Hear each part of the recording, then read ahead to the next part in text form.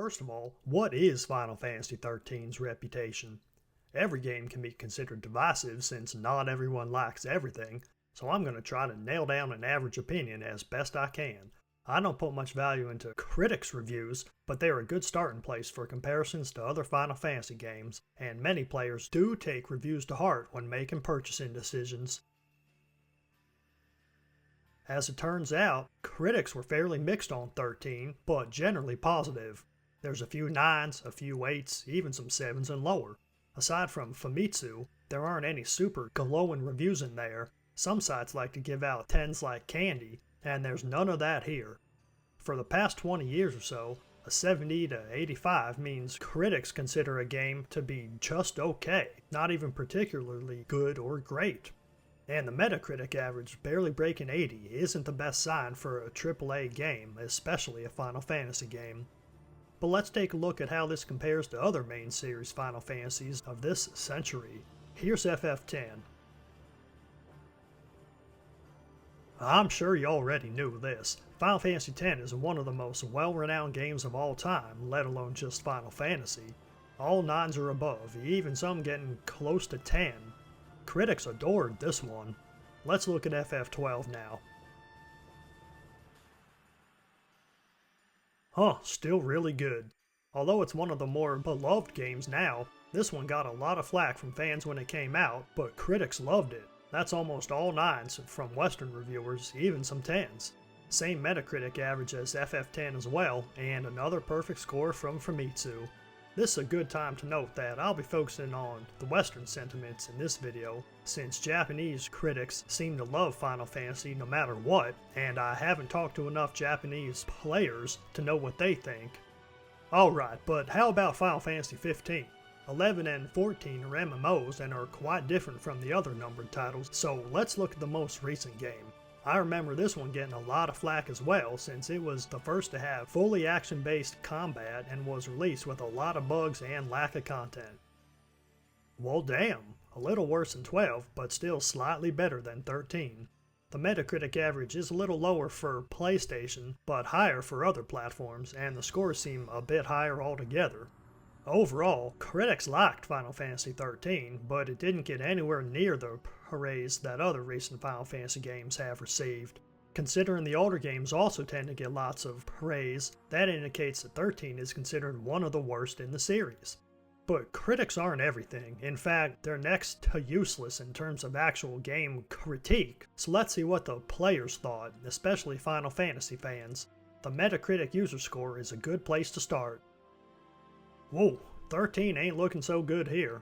On Metacritic, a swing of even a few points is significant, and 13 comes in 4 points below FF's 12 and 15, perhaps the two other most hated games in the series. This is worth looking into more, as 13 has developed a reputation among fans as being one of the worst Final Fantasies, despite some people loving it, and the scores reflect that. Let's go to Reddit and grab some reasons for why this is. It's not scientific, but it's the best I've got for this video. The top complaints seem to be that the game is a bunch of long hallways, the game plays itself, what with auto battle and all, the story is a confusing mess, and the voice acting is bad. On the positive side, it's known for great music, great visuals, and that's about it. This is where I move towards subjectivity, since whether you agree with these points is largely a matter of what you like about JRPGs and how flexible your tastes are. Let's get into it. The game is a bunch of long hallways, and that's a valid criticism. The devs even mentioned in an interview that it's because it would have taken too long to make more open areas, which is a lame excuse. However, lots of games have this structure and aren't criticized for it. Any brawler, for example, is basically the same. Run forward and fight until you beat the game. Even Final Fantasy X fits this style. So what's the problem here? The key difference between 13 and, say, Final Fantasy X is a lack of NPCs or any other content besides running forward and fighting. I mean it. There's nothing else to do in this game, even after it opens up in Chapter 11, and this is understandably going to turn some fans off no matter what. It's not what many players are looking for in a JRPG.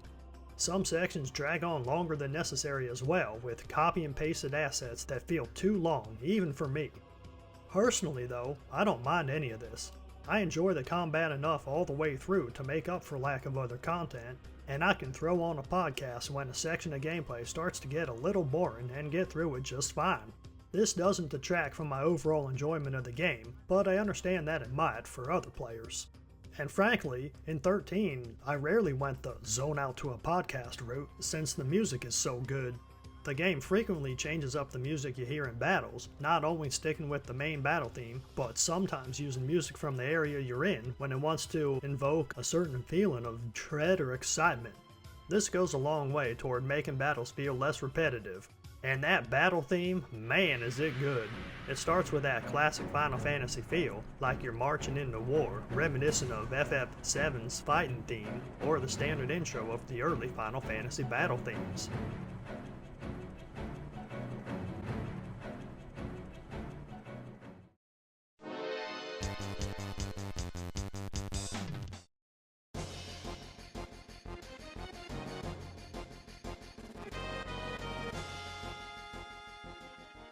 Then the main melody starts until eventually those intense strings kick in.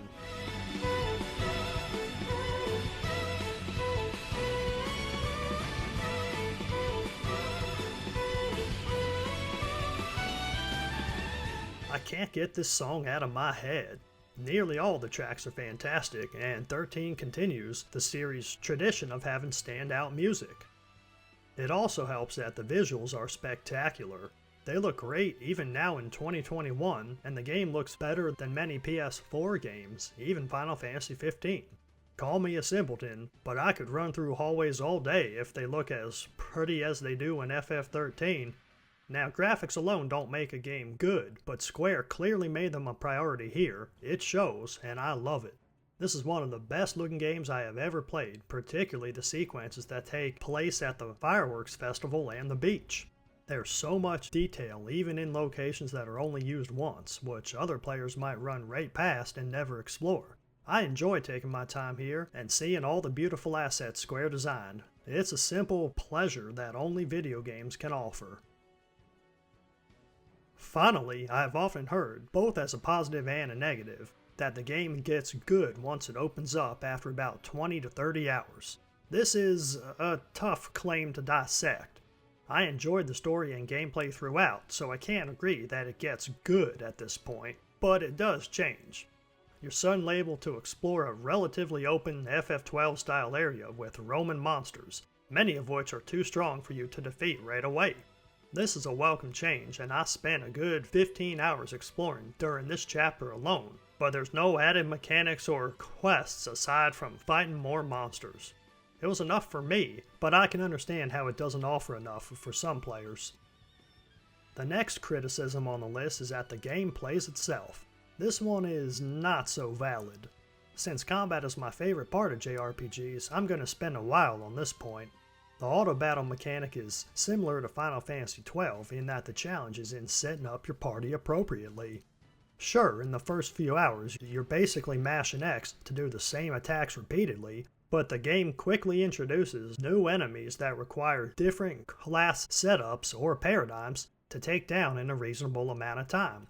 Regular enemies will start wiping the floor with you, or battles will start to take forever, unless you engage with the paradigm mechanics and seek to understand the intricacies of each class.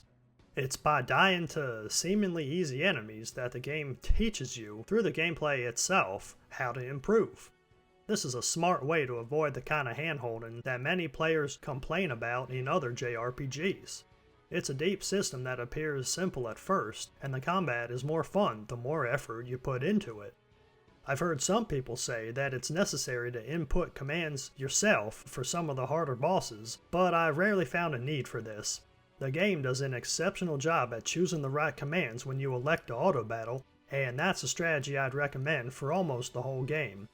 The only time I found it useful to select commands myself was using Asuna to get rid of status effects instead of healing my party, which the game tends to prioritize when you're a medic, and the ATB system gives you plenty of time to do this.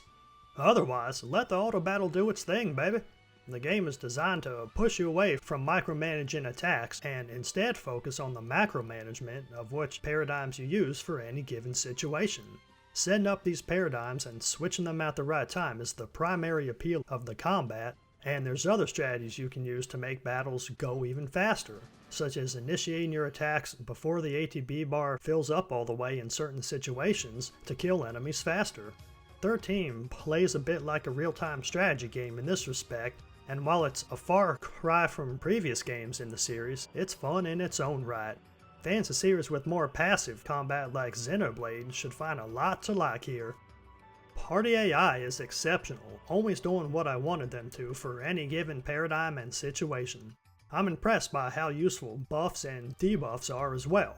Unlike many Final Fantasy games, most bosses are vulnerable to a variety of status effects, and the Synergist class does an excellent job of prioritizing which buffs they cast. Haste is always first, then whatever defensive buffs are useful against the enemy you're fighting, and finally offensive buffs. When using two Synergists, the AI is smart enough to choose different and complementary buffs for each character, and you can quickly beef up your entire party appropriate to the situation. Bravo, AI designers! With all that said, I do have a few complaints of my own about the combat.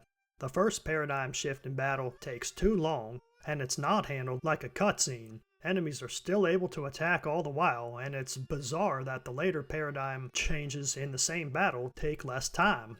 I would have preferred an option to make all paradigm changes instantly, and this wouldn't make the game any easier, just faster and less annoying. The difficulty itself seemed about on par as other Final Fantasy games, which is to say, easy. As long as you're fighting every group of enemies you come across, you'll quickly get to the point where most battles are simple if you have a good paradigm set up. Eidolons, or Eidolons, are this game's version of summons, but they're almost useless in combat, not dealing nearly as much damage as you might expect. They have some relevance to the plot, but not enough, although the battles against them do provide challenges that are unlike any other fights in the game. Overall though, it seems that the developers felt like they had to include Eidolons for some added spectacle, and spectacle alone.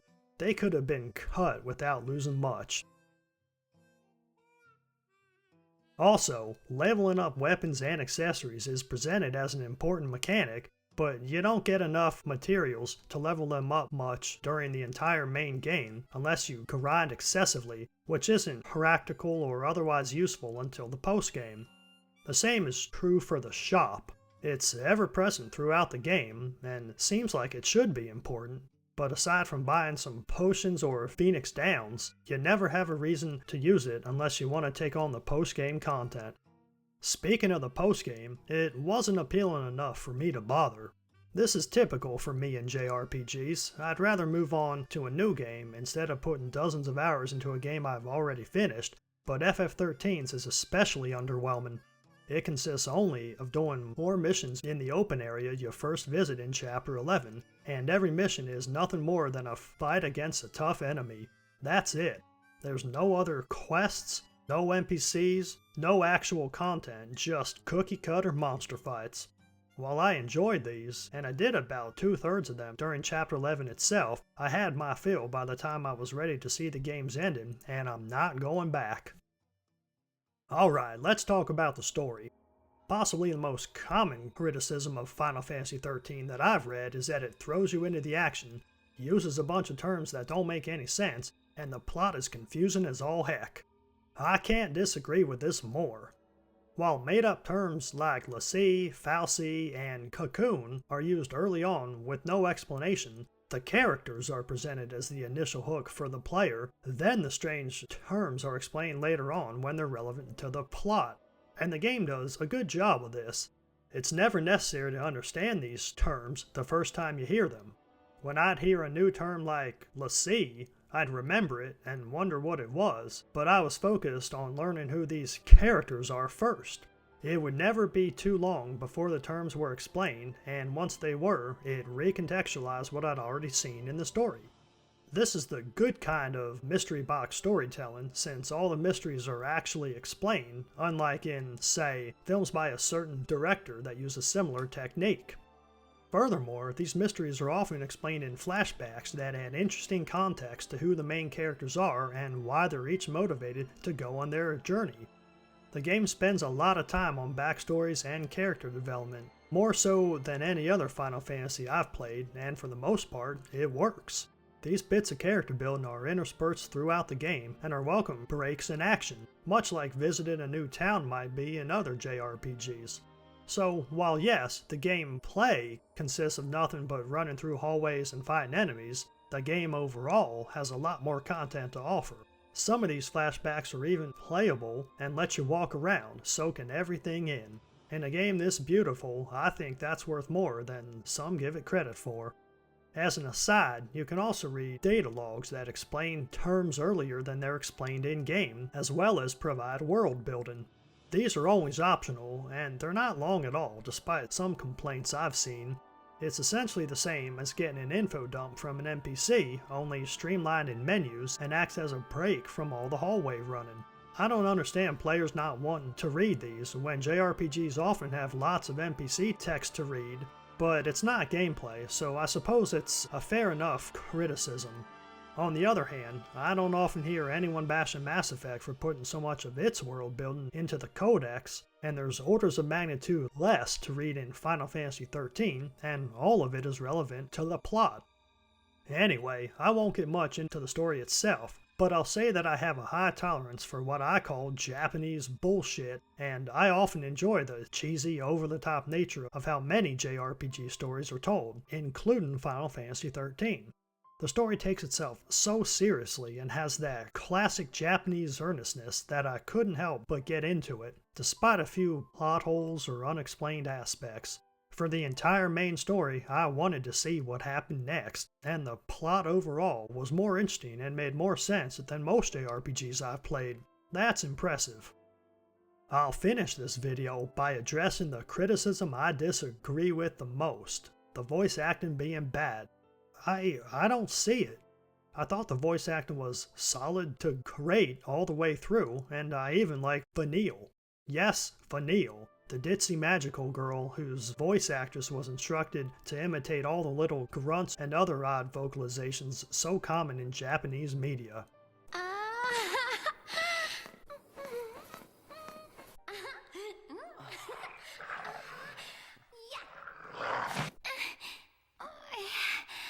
What can I say? I love how she sounds. It's cute, and this might be my inner weeb showing through, but I enjoy Japanese bullshit like this.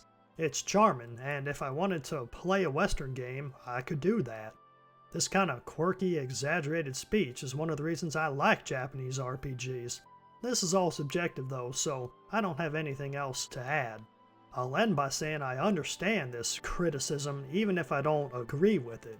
This style is not for everyone. So, does Final Fantasy XIII deserve its reputation? I'd say no, but I understand why it gets the flack it does. It's a big departure from previous Final Fantasies, but if you go into it without preconceived expectations, you might be able to appreciate it for what it is. This game has a lot of fans, and for good reason, but its detractors aren't crazy either. If you've never played it, I hope you give it a try and form your own opinion. Thanks for watching.